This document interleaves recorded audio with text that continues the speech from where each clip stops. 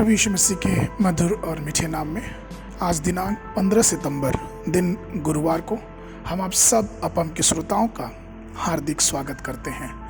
आज के दिन के लिए जो वचन है वो लिया गया है भजन संहिता की पुस्तक उसका 42 अध्याय 1 और 2 पद। जैसे हिरण नदी के जल के लिए हाँफती है, वैसे ही हे परमेश्वर मैं तेरे लिए हाँफता हूँ। जीवित ईश्वर परमेश्वर का मैं प्यासा हूँ, मैं कब जाकर परमेश्वर को अपना मुंह दिखाऊंगा।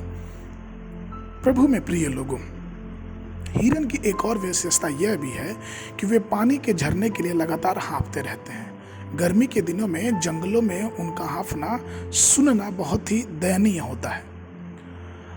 वैसे ही ठीक हमें भी अपने आत्मिक जीवन में यहोवा के लिए हाँफना चाहिए। कहने का तात्पर्य यह है कि उपस्थिति के लिए, परमेश्वर की महिमा देखने के लिए अपने जीवन में हमें हमेशा ही लालसा में लगी रहना चाहिए।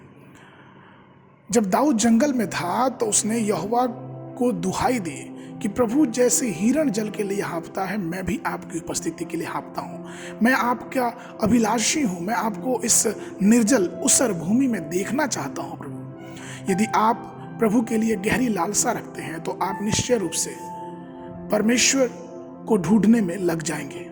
सुबह जल्दी उठेंगे, शुरुआत अपने दिन की परमेश्वर के वचन से, प्रार्थना से, दुआ करेंगे। जैसा मरकुस रचित सुसमाचार 1 अध्याय 35 पद में वचन कहता है, और भोर को दिन निकलने से बहुत पहले वह उठकर निकला और जंगली स्थानों में जाकर वहां प्रार्थना करने लगा। यीशु मसीह खुद ही एक शरीर रूप में होने के बावजूद वो परमेश्वर से सुबह सुबह बात करते थे। यूहन्ना 20:1 में लिखा है कि सप्ताह के पहले दिन मरियम मगदलिनी भोर को अंधेरे रहते कब्र पे आई, क्योंकि उनके अंदर एक लालसा थी। वो चाहती थी कि वो प्रभु को देख पाए। उनका हृदय प्रभु के प्यार के लिए भरा हुआ था। वो प्रभु से मिलना चाहते थे।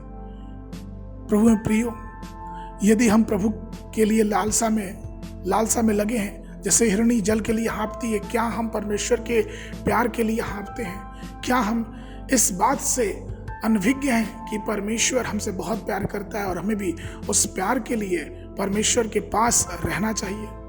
आइए हम परमेश्वर के वचनों को बहुत ध्यान से सुने और उसके अनुग्रह के लिए परमेश्वर के सामने हमेशा ही उसकी लालसा पाने के लिए परमेश्वर के तलाश में रहें। संसारिक अनुग्रह, संसारिक आशीषें, असंसारिक बरकतें ये तो परमेश्वर देगा ही देगा, लेकिन आइए हम उस परमेश्वर की लालसा और उसके आशीषों के अभिलाषी बन जाए। आइए हम परमेश्वर से, जैसे हिरणी पानी के लिए तरसती, हाँफती है, निर्जल भूमि में वो दौड़ती रहती है, वैसे आइए हम भी इस संसार में परमेश्वर के अनुग्रह के लिए, परमेश्वर को पाने के लिए एक हिरन के प्यासे हिरन के समान उसको खोजने में लगे रहें।